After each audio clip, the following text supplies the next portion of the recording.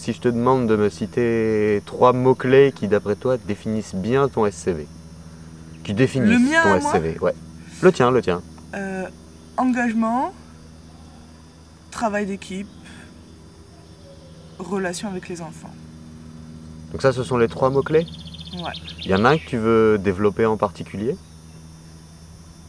Le travail d'équipe, Ouais. ce serait ce qui me tient le plus à cœur.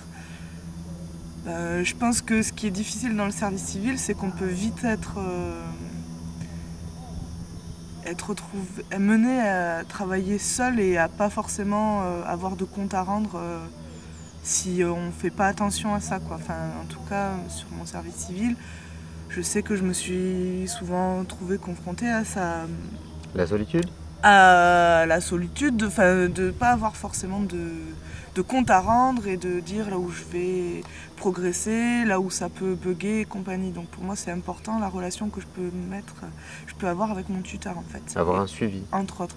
Oui, avec avoir un suivi, mais aussi mener des activités avec d'autres personnes, construire un projet, se donner les moyens d'avancer, enfin, prendre du recul avec des pairs, hein, enfin, tout ce genre de choses, c'est super important. Quoi. Enfin, pour moi, en tout cas, c'est super important. Peut-être pas pour tout le monde, mais voilà. D'accord.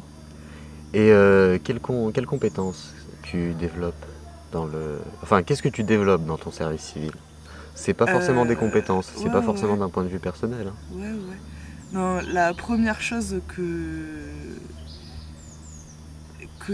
j'apprends à développer, c'est la patience et le fait de me dire que les choses, je peux pas les construire en un jour, quoi. Que de toute façon, ça se construit dans le temps, enfin, que le lien avec les familles, le lien avec les institutions, enfin tout ce genre de choses, ça se crée dans le temps et voilà. Après, j'apprends à débroussailler le terrain, c'est aussi super important. De savoir où je vais trouver des ressources, où je vais pouvoir avoir l'info qui fait que j'ai compris ce qui se passe et comment ça fonctionne, comment je peux avoir des subventions et compagnie. Ça, c'est important. Ouais. Après, les compétences que je développe ou que j'aimerais développer, c'est apprendre, peut-être bosser plus sur le lien avec les parents, comment aller à leur rencontre, comment échanger avec eux, comment leur apporter mon regard sur ce que c'est les éclés, parce que avec les familles avec qui je travaille connaissent pas les éclés, donc voilà, c'est important pour moi de savoir retransmettre un message et même si c'est avec mes mots à moi, enfin voilà, d'être en cohérence avec le propos de l'association.